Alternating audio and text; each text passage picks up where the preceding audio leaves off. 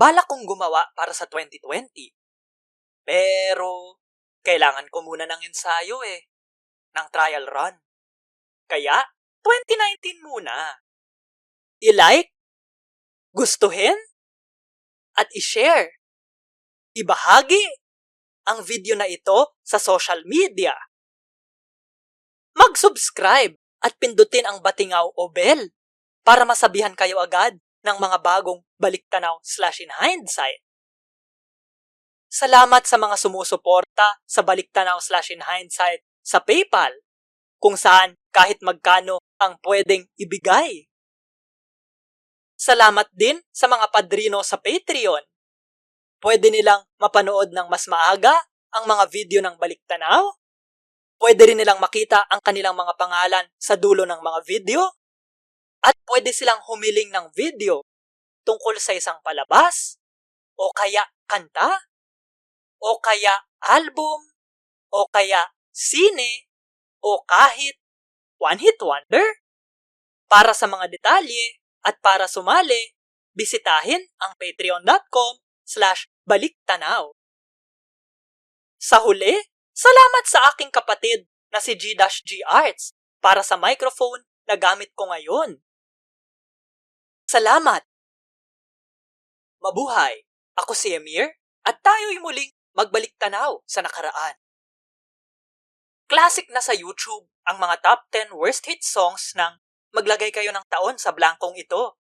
O kaya, kahit eksaktong petsa Subalit, puro mga awit sa Amerika, sa Billboard Hot 100, ang nakikita kong videos dito Kaya, nung sinimulan ko ang Baliktanaw/In Hindsight, isa sa mga gusto kong gawin ay mga top 10 worst, pinakapangit, and best, pinakamaganda, Pinoy hit songs. Ngunit, hindi ko alam kung ano ang magiging basehan ko ng quote-unquote hit song. Anong listahan ng mga kanta ang susundan ko? Hindi naman tumagal ang Billboard Philippines Mix lang ang meron. Kaso, hindi ko alam kung ano ang basehan ng paglabas ng mga awit sa listahang yun. Online voting lang ba? Ewan. Pero, yun lang ang listahang meron Kaya doon ko kinuha ang mga pinili ko para sa worst and best list ko. Yun lang ang pamantayan ko. Basta lumabas ang awit sa Pinoy Mix Countdown, pinakinggan ko yun at tinanong ang aking sarili. Ito ba ang pinakapangit na Pinoy hit? O pinakamaganda? Isa pa, hindi ko tinitira dito ang pagkatao ng mga awit, ng mga manunulat at kompositor, at lahat ng nagtrabaho para sa produksyon ng mga kantang ito. Mga salita at himig ng mga awit lamang ang aking susuriin at pag-uusapan. At huli, sang-ayon ba kayo sa mga pinili kong pinakapangit na Pinoy hit? Bakit? Bakit hindi? Gusto ko ring malaman, ano ang worst Pinoy hit songs nyo? At bakit? Comment nyo lang sa YouTube page ng video na ito. Kaya, tara, ito ang aking 10 pinakapangit na mga Pinoy hit songs noong 2019. Teka lang, walang dating Top 10 worst Pinoy hit songs of 2019 na lang. Ito ang aking top 10 worst Pinoy hit songs of 2019. Toot! Ito ang MNL48, sister group, kapatid na pangkat. Ang MNL48 ang sister group ng AKB48 ng Japan na nakabase dito sa Pilipinas. Kaya, hindi na nakapagtataka kung ano ang tunog nila na ilalarawan ko bilang tunog anime. Wala akong problema sa tunog anime Gusto ko nga ang tunog ng MNL48 Bukod tangi ang tunog nila kumpara sa iba pang mga Pilipinong mga awit. Pero, ayoko yung produksyon ng mga awit nila. Masyadong malakas ang background music. Di ko tuloy maintindihan yung kinakanta nila. Ang tawag ko sa ganito, smothering production. Di rin ako palo sa paraan nila ng pagkanta. Yung pagbigkas kasi nila, parang Hapon din kahit Filipino yung kanta. Pilipino tayo. Ops! Magkaiba ang Filipino at Pilipino, ha? Tandaan, Pilipino tayo. Malambot ang dila natin. Bakit tinitigasan ng MNL48? Di ko rin gusto yung linyang ito sa pag-ibig fortune cookie. Quote-unquote, kawaiing babae. May kasabihan sa Ingles, show, don't tell. Ilarawan, huwag lang bastang sabihin. Buti ako, alam ko kung ano ibig sabihin ng quote-unquote kawaii. Pinag-usapan ito ni Knowing Better sa kanyang video tungkol sa controversial nasa screen naman yung pamagat. Subalit, paano kung hindi mo naman alam kung ano ang kawaiing babae? Biro mo, gusto mo lang mag-sound trip, pero mapapagoogle. Oops, trademark ang Google ha, parang Xerox. Cover itong Pag-ibig Fortune Cookie. O dahil Pinoy tayo, remake. Okay ang naging salin o translation ng kantang ito. Nakuha ang kahulugan ng orihinal na awit. Subalit, yung kanta ng MNL48 na nilagay ko sa listahang ito, nako, kalat, a hot mess. Pang-10, gingham check. Hindi ko kakantahin ang mga pinili ko para sa listahang ito. Worst nga, di ba? Hindi ko gustong nag-iimbento sila ng pagbigkas ng mga salita para maging tunog hapon. Parang tinatayang para sa tinatayang. At saka si sintomas para sa sintomas. Ngunit, mas malaki ang issue ko sa mga salita ng kanta. Unang linya pa lang, mali na. Tanggalin yung pa at palitan ng kung yung ko na. Iba ang pakiramdam sa pakiramdaman ha. Tingin ko, pakiramdam o dinadamdam o nararamdaman ang tinutukoy ng kanta. Ganito na lang sana. Masasabi ba nararamdaman? Ako'y nag-alinlangan. Mahirap ba yun? Hindi lang grammar o balarila ang problema. Balarila?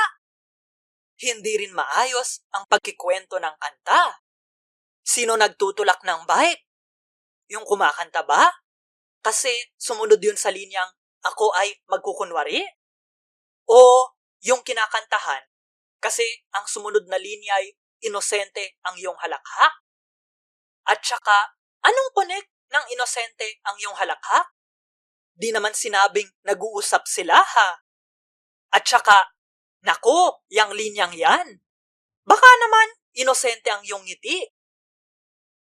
Ito pa, matindi. Nakapolo habang nagtatrabaho sa initan. Ano? Meron ba kayong nakitang nakapolo habang nagtatambak ng Dolomite sa Manila Bay? Blue, white, blue? Ano kahulugan ng mga kulay na yan? Blue kasi malungkot ka dahil di mo masabing mahal kita sa sinisinta mo? Tapos white kasi kinikilig ka sa kanya? At pinaka-importante sa lahat, ano ang gingham check? Show, don't tell. Ilarawan. Huwag lang bastang sabihin. Pinakinggan ko ang orihinal na gingham check ng AKB48. Buti na lang, may English translation. Di naman sa dagat nagtatrabaho yung kinakikiligan ng umaawit. Naglalakad lang siya doon, papasok sa trabaho niya. Pero, hindi rin pinaliwanag kung ano ang quote-unquote gingham check.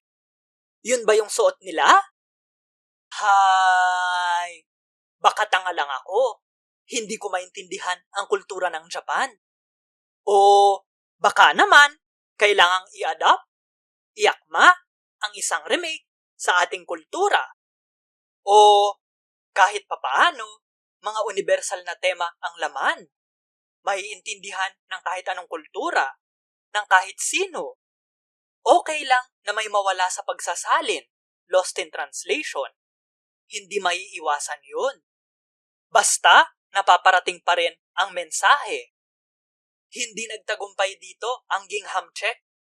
Nakaka-distract, gumagambala yung mga salita dito Marami akong mga gustong pag-usapan sa baliktanaw. Subalit, pag hindi pa ako nasisiyahan sa script, isasantabi ko muna. Babalikan ko na lang pag may naisip akong bago. Sana ganun ang ginawa dito sa Gingham Check. Oh well, papel, next. Toot! Bangin ka ba? Kasi nahuhulog na ako sa'yo naman. Kasi unggoy ka ba?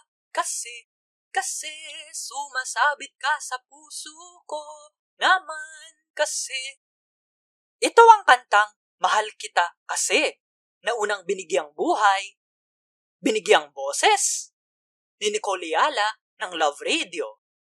Hindi obra maestra ang kantang ito. Koleksyon lang ito ng pick-up lines. Corny, di ba? Pero tapat naman ang dating.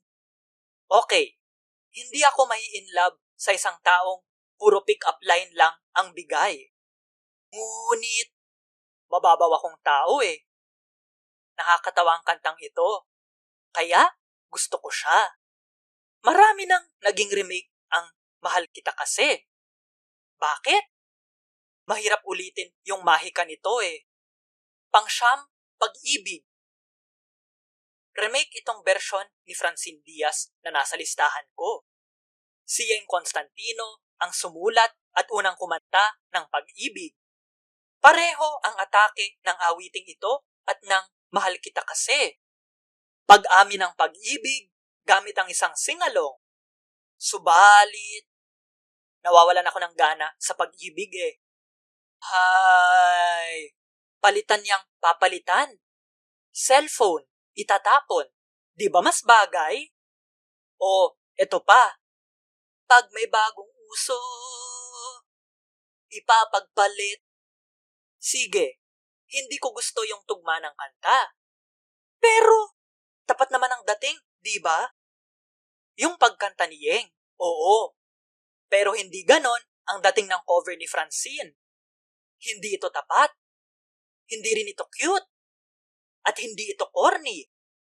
Sa halip, yung dating ng remake sa akin ay nanunuya, sarcastic, nangmamata, nangangaral. Pag kinakanta niya ito, naku, nagagalit ako. Os, kahit kalbo ako, mamahalin mo pa rin ako? Eh, lagi naman akong kalbo? We, di nga. Paano ba yan? Pangit ako eh. Pati yung spoken word eh. Nakakawalang gana. Tama na nga. Toot! Naaalala niyo ba yung In My Feelings Challenge? Yung sumasayaw ka sa gitna ng EDSA? Sa gitna ng malala nating traffic? Pauso yan ni Drake. Sana'y magsilbi itong aral sa atin. Hindi porke galing sa ibang bansa, dapat na nating gayahin. Pangwalo, Kiki Love. Hindi ang In My Feelings Challenge ang ginaya ng kantang ito, kundi ang paggasgas sa quote-unquote, Kiki. Sa kanta rin ni Drake galing yun. Kiki, do you love me? Sa kantang iyon, pangalan ng Kiki. Pero dito sa Kiki Love, ano ang Kiki? Ewan, di naman pinaliwanag ng mga sumulat ng kantang ito eh. Sumabay lang sa uso, ganun. Kahit na, sigurado ako, laos na ang In My Feelings Challenge nung lumabas ang Kiki Love. Katunog nga nito ang In My Feelings eh. Pwede i-remix silang dalawa. Alam nyo na rin ang opinion ko sa panggagaya. Sinabi ko na yan sa review ko ng Urduha. Subalit, hindi ko ma-enjoy itong Kiki Love eh. Bakit? Hindi ko maintindihan ang kantang ito. Halina, suriin natin ang mga liriko. Gusto magpauso ng Kiki Love? 143 with you, bebe? Ano ibig sabihin nun? Di ba? I love you na ibig sabihin ng 143? I love you with you, bebe? Isa pa yan, bebe. Ang alam ko, baby o babe. At saka bae, na di na yata uso. Subalit, bebe? Bebe na ba ang tawag ngayon?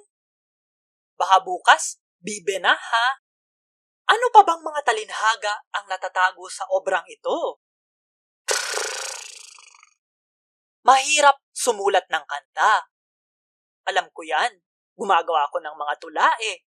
Kanta lang yun na walang tugtog. Ngunit, keeping it sync with you, bebe? Kahit sa Ingles, di ko alam kung ano ibig sabihin nun. Walang sense. Lababo ba? Lumulubog na barko?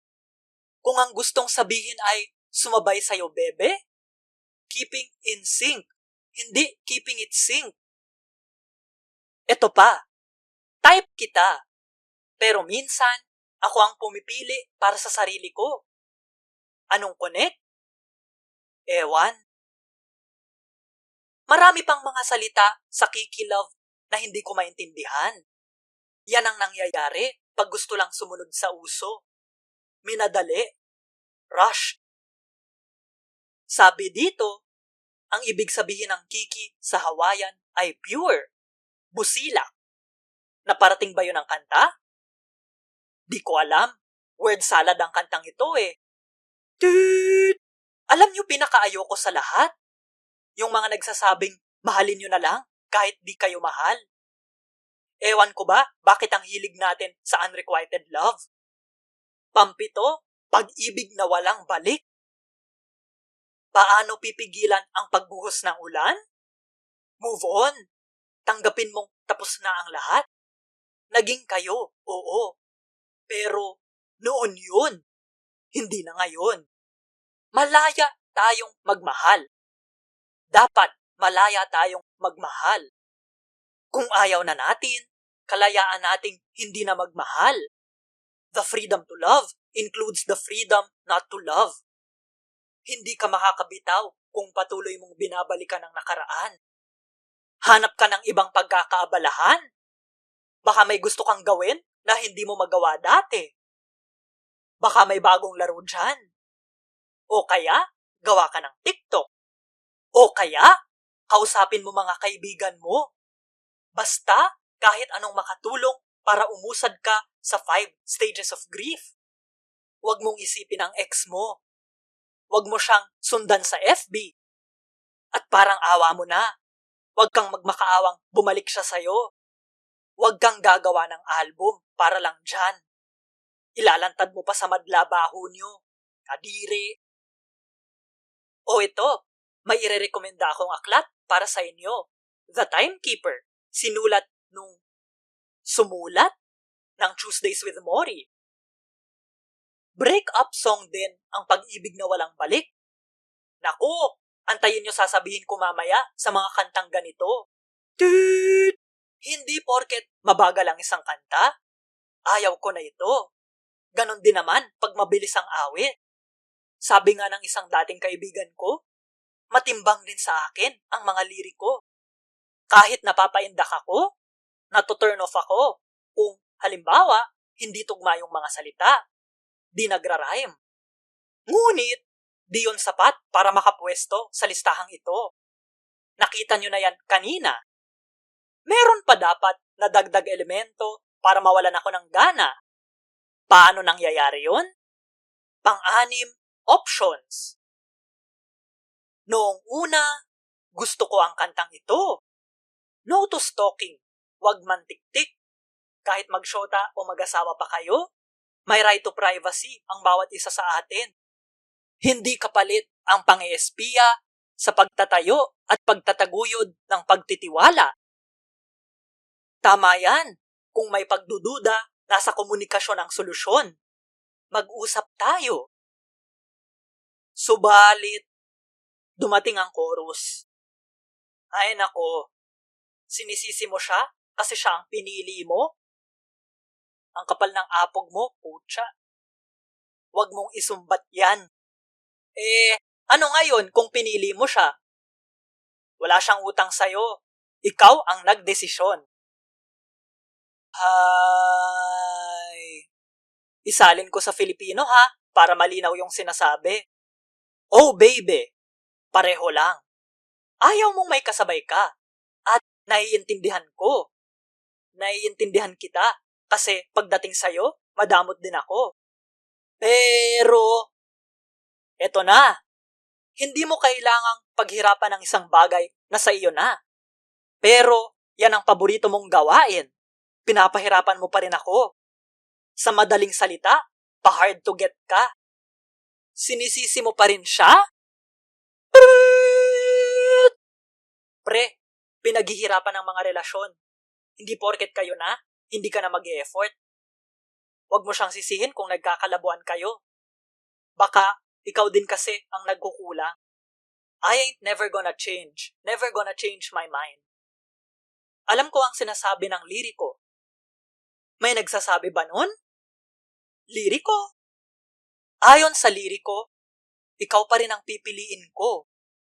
Teka, bakit ang dami mo pa rin pinagpipilian? Di ba dapat wala na? At gusto kong sabihin ito. Parte ang growth, ang pagsibol ng bawat relasyon. At kaakibat ng pagsibol ang pagbabago. Kaya, parte ang pagbabago ng isang relasyon. Hindi yan maiiwasan. Magbabago at magbabago ang isip nyo. Kung itutuloy nyo pa ba? O kung ayaw nyo na. Balik tayo sa options. Madaling magsalita at mangako. Ngunit, nasa Diyos ang awa, nasa tao ang gawa. Ipakita mo ang katapatan mo, hindi yung sinusumbatan mo siya. At binanggit mo pa talaga yung blurred lines, ha? Alam mo ba kung tungkol saan yan? Ano ba talaga gusto mong iparating? Bago ako magpatuloy sa top 5, ito ang ilan sa aking dishonorable mentions. Dami, no? Sobrang dami. Pare-pareho lang naman lahat yan eh. Pinagsama-sama ko na. Baka mamaya, maging gasgas na plaka na ako. Gusto kong pag-usapan ang isang gasgas na o cliche sa OPM. Kasi, di ko gets eh. Bakit sikat pa rin mga ganito? Di ko maintindihan. Bakit noong 2019? Ang daming breakup songs. Alam nyo na tinutukoy ko. Yung mga sobrang bagal na kanta. Piano o kaya guitar ballad. Para nakakaiyak ang dating. Subalit, epic na ito sa akin. Dami ng mga OPM breakup song na ganito. Tinanong ko nga kung ano ang pinakamatandang ganitong kanta eh. At lahat ng sinagot sa akin, ubod ng bagal. Tapos, yung mga salita, pare-pareho lang. Ayan oh, ginawan ko na nga ng color coding para madaling makita. Walang anuman. Umaasa pa rin akong magiging tayo ulit. Magbabalik ang dating pag-ibig. Bumalik ka sa akin, mahal. Hinahanap-hanap pa rin kita. Pangalan mo pa rin ang sinisigaw ng puso ko. Iniisip ko pa rin magkatabi tayo. Nasusulyapan ko ang iyong muka. Nagkukunwaring naaamoy pa rin kita. Creep. O yung mas malala dyan? Maninisi pa. Paawa effect na ginawa ko na ang lahat. Pero iniwan mo pa rin ako. Hay. 2 punto. Una, karapatan nating magmahal. Kasama dyan ang kalayaang pumili kung sino mamahalin. O pumiling wag magmahal. Makareklamo tong mga kantang to eh. Bakit daw iba ang pinili? Bakit hindi ako? Pwede namang ayaw lang niya sa'yo. Hindi ibig sabihin nun, pinagpalit ka na. O kaya, ayaw niya ng commitment. Di mo ba naisip yon? 2 punto. Naisip mo bang baka ikaw ang nagkulang? Ano ka, santo? Tao ka rin. Nagkakamali. Hindi ito komento tungkol sa singer at sa composer ha. Tungkol ito sa karakter na kanilang binibigyang buhay sa mga awit nila. Lagi nilang sinasabing sila ang nagsasakripisyo. Di man lang sumagi sa kanilang isipan kung nagkulang din ba kami? A relationship is a two-way street. It takes two to tango. Halos parehas din ang istruktura ng mga breakup song na ito. First verse, refrain, chorus. Second verse, chorus. Bridge, chorus. Minsan, uulitin chorus sa dulo. Pero, papalitan lang yung huling linya. O mas malala, isang linya lang na paulit-ulit hanggang matapos. Nagmamakaawa. Bakit ang hilig nating mga noipi sa ganitong mga kanta? Nakakasawa na, parang di tayo makausad sa 5 stages of grief. Okay, linawin ko. Hindi ako galit sa breakup songs.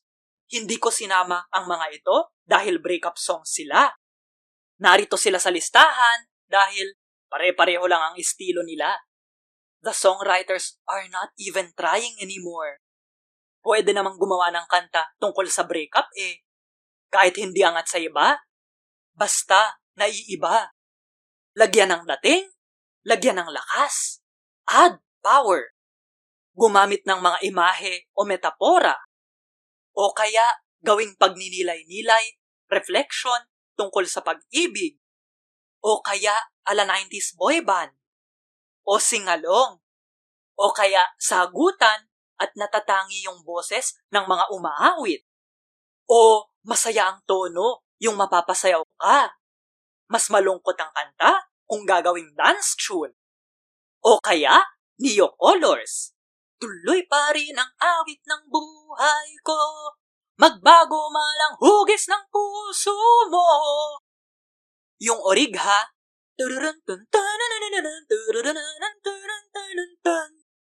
Hindi yung remake na gumaya na rin sa uso.